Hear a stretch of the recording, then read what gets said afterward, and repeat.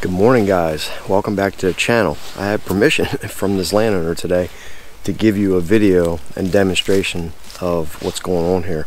And usually I don't do this on clients' properties because some of them just don't want it on video, but this one was okay with it. And we're in a piece of property here. It's about 38 acres.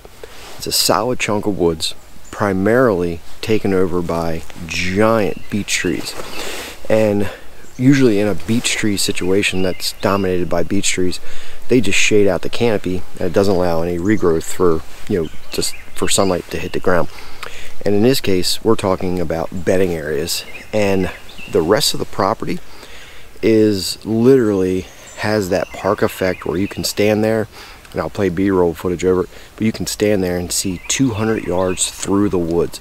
There's zero browse, zero food for the deer. When we get into the part we're standing now, it's primarily, there's some oaks, there's a little bit of holly trees, there's small beech trees, but there's not large beech trees, and it's more open. And with that, we have all this greenbrier and different browse coming up inside of this little, it's probably about 3-acre patch inside of this 30-acre total, acres of property. And with that, this is the only spot that if you get down at a deer's level, you can't see more than 50 yards, and we actually jump deer in this small patch, which I'm referring to bedding areas. The deer that come in here feel safe. There's a bunch of blown down trees. Some of them were tall beech trees that actually fell down. There's a lot of deadfalls. There's some holly trees that have fallen down from the beech trees hitting them. And then there's tons of greenbrier coming up. Now, I'll show you on the B-roll, the deer in this area are feeding on this greenbrier. And greenbrier is not really a high priority food source, but it is food above, snow level. It's above, 2, 3, 4 feet tall. And the deer will eat that in the harsh conditions of winter, and that's what we're seeing right now. Now, this patch of woods is separated from, there's a little bit of pines up there that were planted pines, but from any neighboring property, you have the patch of woods, and then you have about 25 to 30 acre ag fields in between both sides. Then it goes to the neighbor's woods.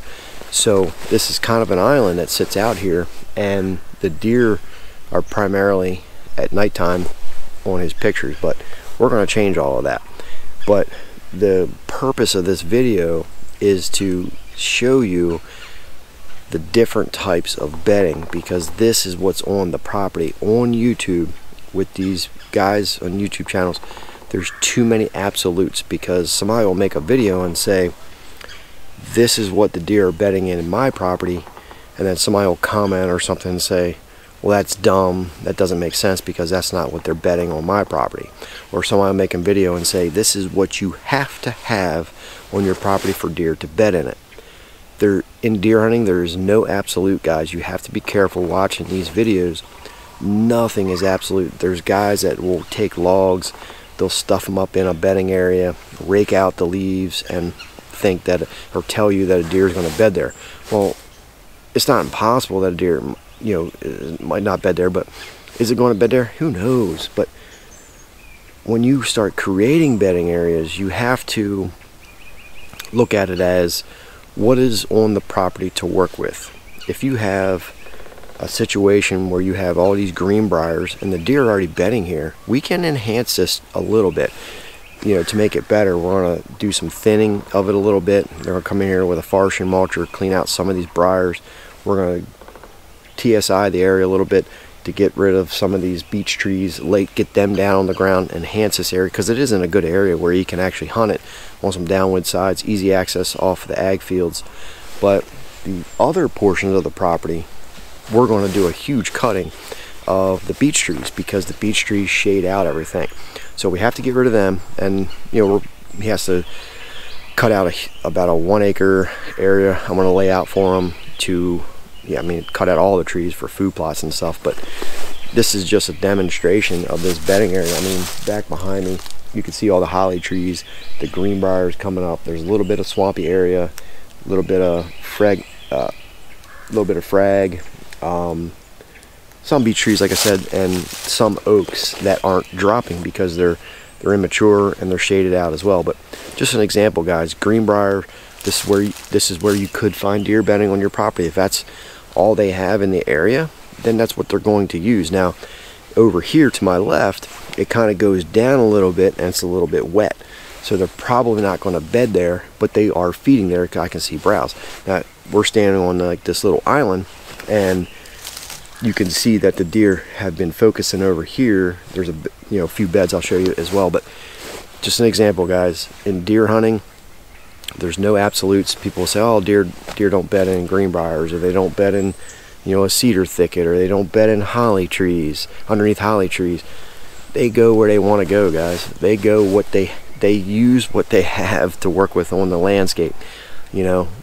It just cracks me up on YouTube. This is just an example of this 38 acre piece of property where you have this small 3 acre or so of greenbriers coming up, some beech tree dead. They're in here like crazy. This is where he sees the deer, but we have to make it more huntable throughout the entire property. Like I said, you can see in the B-roll, the other portion of the property, you can see 200 yards through it, there's zero food. We need desperate food here, especially browse, because we're in an ag area, so there is the crops in the spring and summer to feed them. But we need more wintertime food, and that's what we're going to work on the rest of the property. So any questions, leave a comment down below. I'm going to continue on and leave some comments if you have any questions.